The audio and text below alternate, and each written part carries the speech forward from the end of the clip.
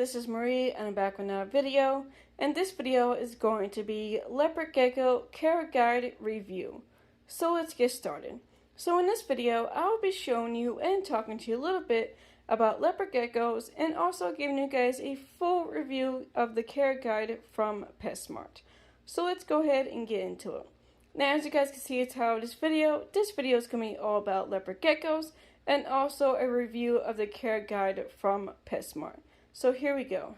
Now, as you guys can see here is the Petmart care guide for leopard geckos.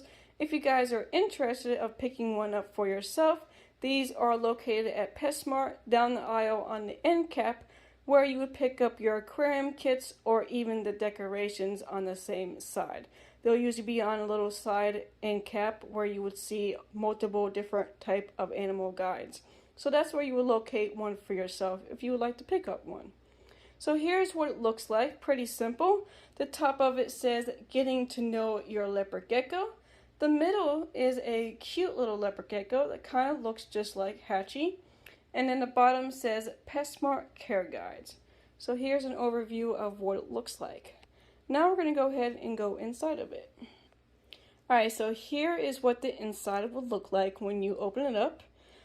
There is a lot of reading, so I probably won't read all of it. I'll probably just have you guys glance through it yourself, but I'll try to do as much as I can of the reading part.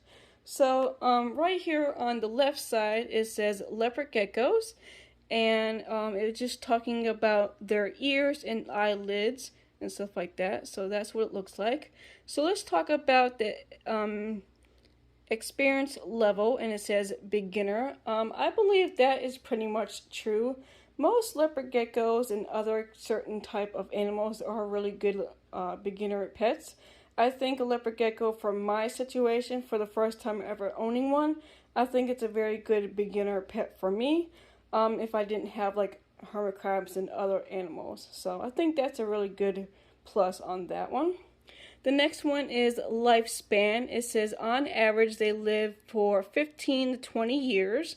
I believe that is correct. I'm not exactly sure. I just want to let you guys know that I've only had my leopard gecko for, I believe it's been 6 months or more. So I'm still getting to learn everything and getting to know everything. So I'm not exactly sure exactly their lifespan. But I'm guessing that would be correct. If it's not, let me know in the comments, or let me know what you guys would say how long they would live to.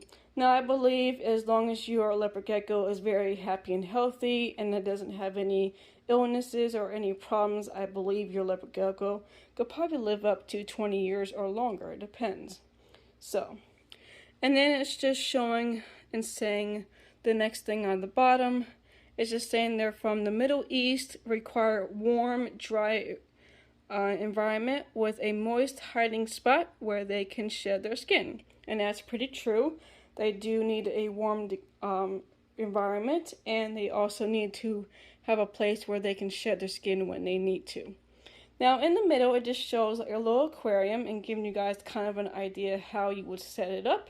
So we're going to see if this is correct or not. So it says leopard gecko terrarium, and then it just has from A to K, and this is what it looks like. So we're just going to go through it really quick to let you guys know if it's true or false, and what I have in my aquarium terrarium for my leopard gecko.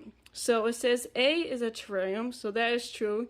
You're definitely going to need a terrarium for your leopard gecko. Now, most people say 10 gallons is good enough, but I think 10 gallons and above is even better. But if you're just working on just getting one for right now and maybe upgrading it to within a 3 or 4 month period, I would say 10 gallons is okay, but I would say go bigger if you can. Now my leopard gecko is actually in a 20-gallon long terrarium. I'd rather have bigger because it's more better for your leopard gecko, especially for them to have more room to roam around and climb and do whatever they want to do.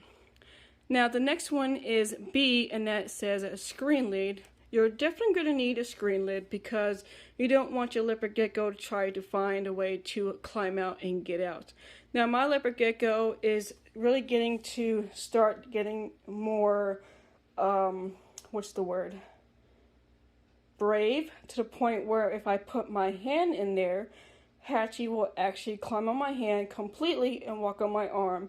And lately I've been taking him out and letting him like walk on me and hang out on me and stuff like that. So he's really getting more now to the point where he's not scared and he loves to come out of his tank. So you want to make sure when your leopard gecko is starting to feel more comfortable with you, you want to have a lid up there so your leopard gecko does not try to get out.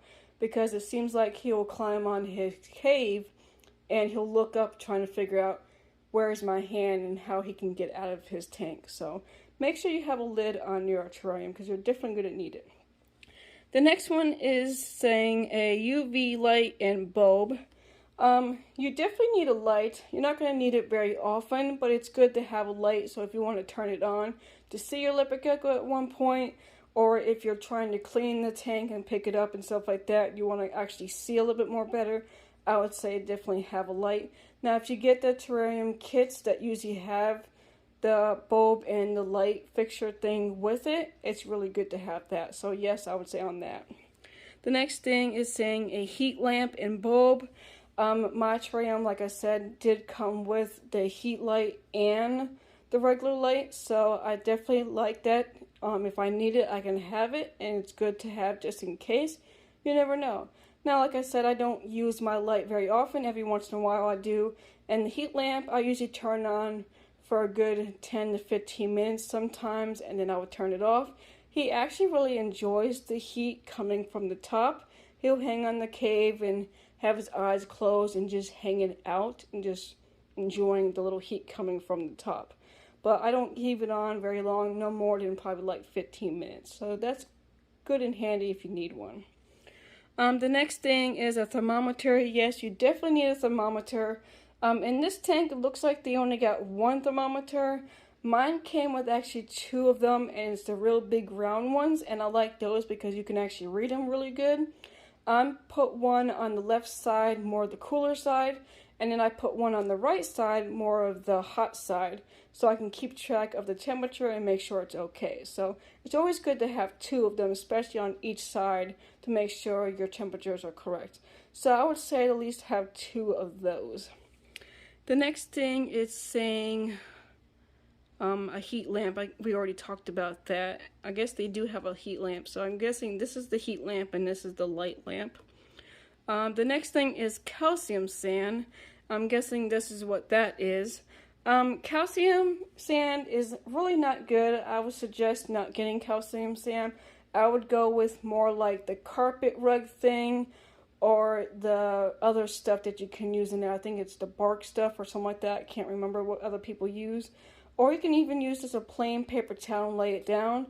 My kit actually came with the carpet and I absolutely love it. It's easier to, I can actually wet it and dry it off and wipe it down and stuff like that. Especially when his calcium sand gets all over the carpet part, I can just get a little damp wet paper towel and wipe it and dry it, and it looks really good. And they're also easy to clean. You can keep them for a certain amount of time and then just roll it up, throw it away, and put a new one in there if you need to. So it's pretty much easy with the carpet situation. Now if you want to go more better and more cleaner and easier and cheaper, you can go with the paper towel. Now I don't really like the paper towel. I wanted to go more natural. So I like the carpet that's inside of mine. So the calcium sand, I would say definitely no on that. The next thing, it says food dish. You're definitely going to need a food dish in there. They have that right there. Mine really did not use a food dish. My kit did come with a water dish and a food dish. But when I put it in there and put some bugs in there, he really didn't care about the food dish. So I really just kept it out. I do have it on hand if I really need it, but most leopard geckos are probably all different. They're not all going to be the same. So your leopard gecko might like the food dish. Mine kind of really just said, I don't want it. I'm not going to use it. So I just kept it out. So it's optional if you want to use the food dish. The next thing is a water dish. So I definitely have a water dish in there. Like I said, mine came with the water dish and the food dish. So I do have the water dish more like in the corner in the back, so he can go in to the water if he wants to, or if he wants to drink some, or whatever he wants to do. Most of the time he usually wants to climb over it and goes inside of it, tries to climb on the back of it, of the tank wall, because he's trying to get out. But he will drink some water sometimes inside of it, and I usually change it pretty much every day to every other day. It depends on what the water level is and if it's dirty or clean. So definitely have a water dish. The next thing, let's see. It says plants and decor.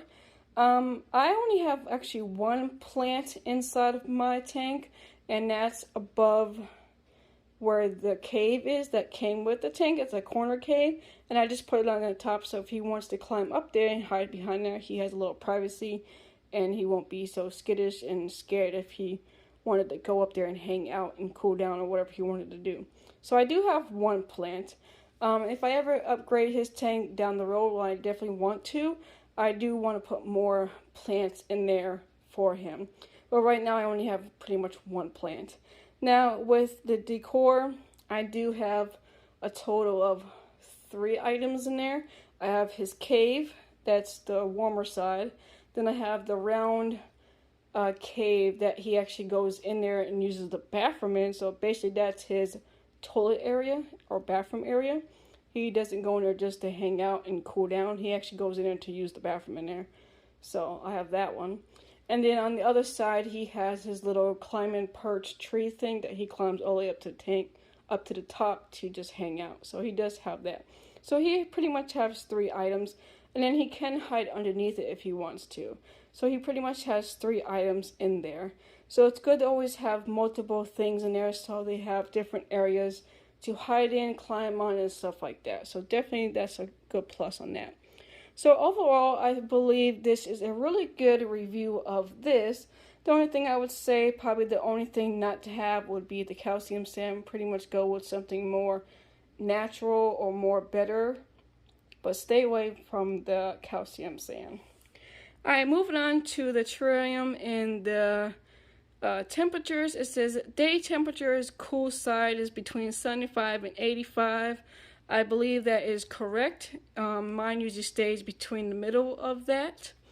It says daytime temperature, warm side is between 85 and 95, and mine definitely stays between, in the middle, between 85 to about 87. It sometimes can go up to 90. It depends on the heat inside of there. And then it says nighttime or night temperature, 65 to 75. Yeah, it kind of goes into between that. I'm not exactly sure if this is true or not, but I know the other 2 are definitely true.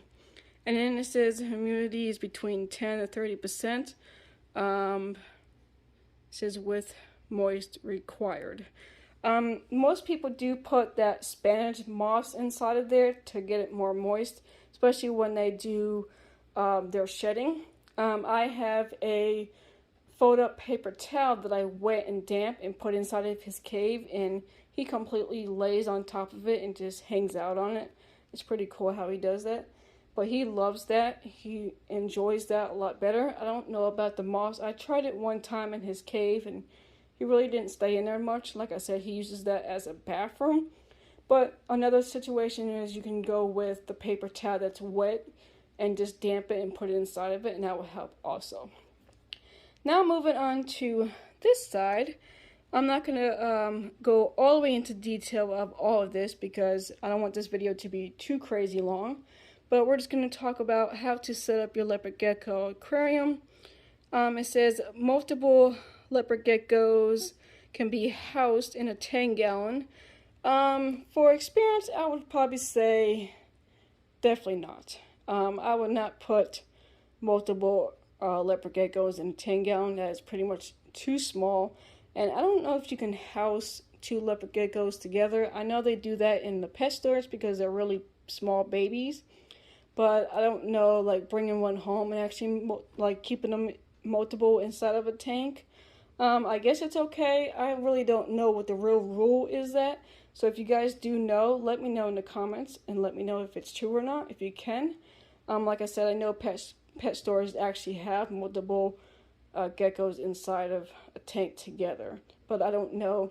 Now, I do have a couple people that I follow on Instagram that she does have a female and a male, I believe, stay in the same tank together. So I guess that's correct, but I'm not exactly 100% sure, and I don't want to give you the wrong information. The next thing, let's see if there's anything else. It just says leopard geckos require temperature for cool side and warm side. That is correct. And then it says place an under tank heater on the side. Mine is actually underneath it where his favorite corner cave is. He has his little heater, under tank heater there, so it keeps him nice and warm on his belly and stuff like that. So definitely have to have one of those. It says equipped to have 2 thermometers, 1 on each side. Yes, that's what we just talked about a little earlier with the thermometers. Definitely have 2 of them in there because you want to make sure each temperature on each side is what it's supposed to be for your leopard gecko. And let's see if there's anything else. Not pretty much. It just says give your leopard gecko a rock or a branch for hiding for the cool side. I definitely have that. That is true. And then we'll just get down to this side. It said what you should feed your leopard gecko. It says insects. It should be gut-loaded crickets, mealworms, and waxworms. Now, my leopard gecko is very picky. In the beginning, I used to feed him crickets, mealworms, and dubia roaches. He will eat a dubia roach every once in a while. The mealworms, he pretty much does not want those anymore. And the crickets, I kind of stopped buying them because he wasn't really eating them that much. So basically the only thing he kind of eats is the dubia roaches and the waxworms. Now I know waxworms are not as good and healthy as they're supposed to be. You're supposed to feed them every once in a while. But pretty much he's a very picky leopard gecko. He just likes waxworms and dubia roaches. So I don't know what to tell you. So that is correct. And then your water bowl should be fresh, clean water every day, and that is true. And then on the bottom part, it just says how to keep them healthy. So here's a little rundown of just to make sure how to keep them very healthy. Runny drops for more than 2 days. If you guys are not wondering what that means poop. So if their poop is kind of runny, definitely need to make sure to check that out. It says this started something dropping. So if there's a decrease of frequently droppings, then that's a sign. Let's see, eating and drinking less weight loss, definitely that. Swollen joints and something removed. Yeah, that's true. And then discard from eyes, nose, and mouth. Shedding problems, discolor skin, increase basking time. So that's pretty much everything for the leopard gecko review. And then here's the back of it. It just shows you like a little mini shopping list of kind of what you would need to pick up. But a little closer so you guys can see. And then it just has the information down on the bottom. So I would say 1 through 5 for this to be correct. I would give it probably a 4, because most of it was correct. There was a few items that I would say no and I was not sure on, but especially one of them I know not to have and to use is the calcium, and then a couple other things I'm not exactly 100% sure on, but I would give it probably a 4 out of 5 of them kind of knowing what to do with a leopard gecko for the first time. But that is pretty much it for this video, so I hope you guys enjoyed it. Please give this video a big thumbs up, comment down below, and definitely don't forget to subscribe to my channel to see more. Until next time, I will see you guys in the next video. Bye!